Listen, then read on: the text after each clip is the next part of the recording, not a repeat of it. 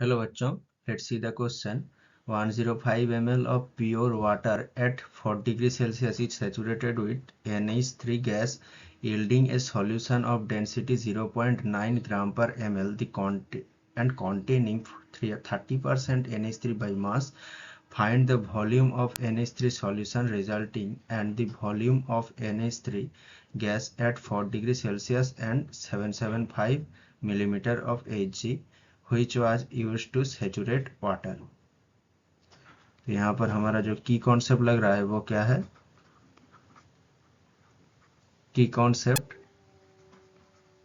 जो हमारा की कॉन्सेप्ट यहाँ पर लग रहा है वो है परसेंटेज का की concept and ideal gas equation का की कॉन्सेप्ट। आइडियल गैस इक्वेशन का की कॉन्सेप्ट। तो यहाँ पर हम पहले देख लेते हैं। यहाँ पर जो NH3 है वो कितना है? 30% प्योर, 30% इन द सॉल्यूशन। तो यहाँ पर NH3 है 30%। इसका मतलब इन 70 ग्राम वाटर सैचुरेटेड अमाउंट कितना है? Saturated amount of NH3 equal to 30 gram. इस तरीके से जो हमारा 105 यहाँ पर ग्राम भी हो सकता है, ml भी हो सकता है, कोई दिक्कत नहीं, क्योंकि यहाँ पर जो है वाटर के लिए 1 ग्राम इक्वल टू 1 ml होता है, इसलिए यहाँ पर ml भी लिख सकते हैं और ग्राम भी लिख सकते हैं। इसलिए 105 ml लिख सकते हैं फॉर परसेंटेज। तो यहाँ पर ml वाटर के लिए सैचुरेटेड अमाउंट कितना आ जाएगा? सैचुरेटेड अमाउंट ऑफ NH3 कितना आएगा? 30 इंटू 105 डिवाइडेड बाई 70, ये आ जाएगा 45 ग्राम NH3। इस तरीके से जो हमारा टोटल सॉल्यूशन आ जाएगा, सॉल्यूशन वो कितना होगा? Total solution equal to 105 plus 45 जो 150 ग्राम टोटल सॉल्यूशन आ जाएगा, जिसको हम क्या लिख सकते हैं? 150 ml भी लिख सकते हैं, लेकिन यहाँ पर ग्राम में हम लेंगे। 150 ग्राम टोटल आ जाएगा यहाँ पर। तो यहाँ पर सिंस सैचुरेटेड सॉल्यूशन का टोटल मास 150 ग्राम है, इसलिए वॉल्यूम कितना होगा? नहीं, यहाँ पर जो 150 ग्राम है उसको हम 150 ml लिख सकते थे अगर वाटर होता, ओनली वाटर होता, लेकिन यहाँ पर NH3 भी है, इसलिए यहाँ पर हमको डेंसिटी को कंसीडर करना पड़ेगा। तो यहाँ पर वॉल्यूम कितना आ जाएगा? वॉल्यूम ऑफ सैचुरेटेड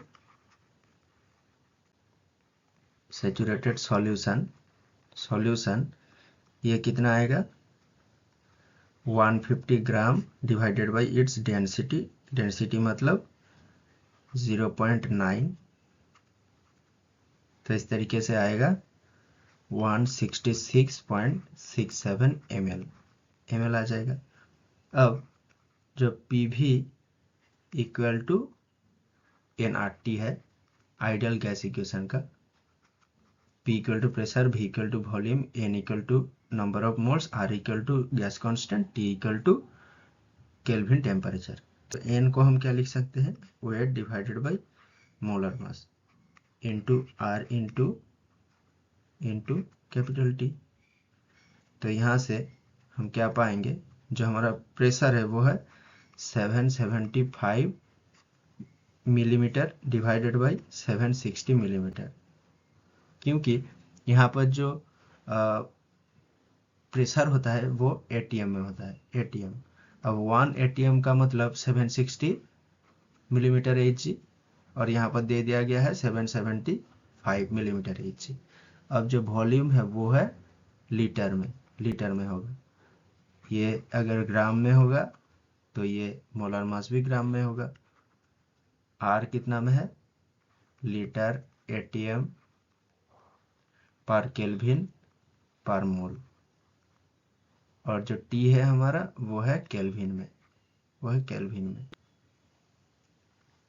तो इस तरीके से इंटू भी equal to 45 divided by 17 into 0.0821 into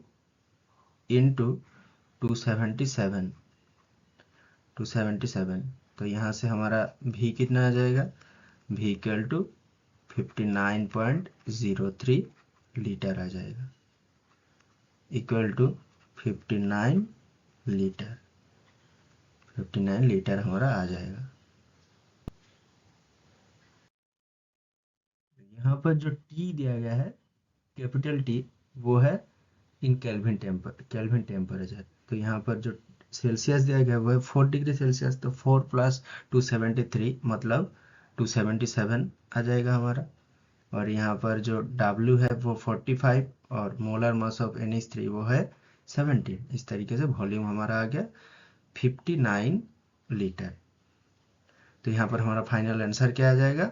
final answer है the volume of NH3 solution is 49 liter. Hope you understood it well. Best of luck.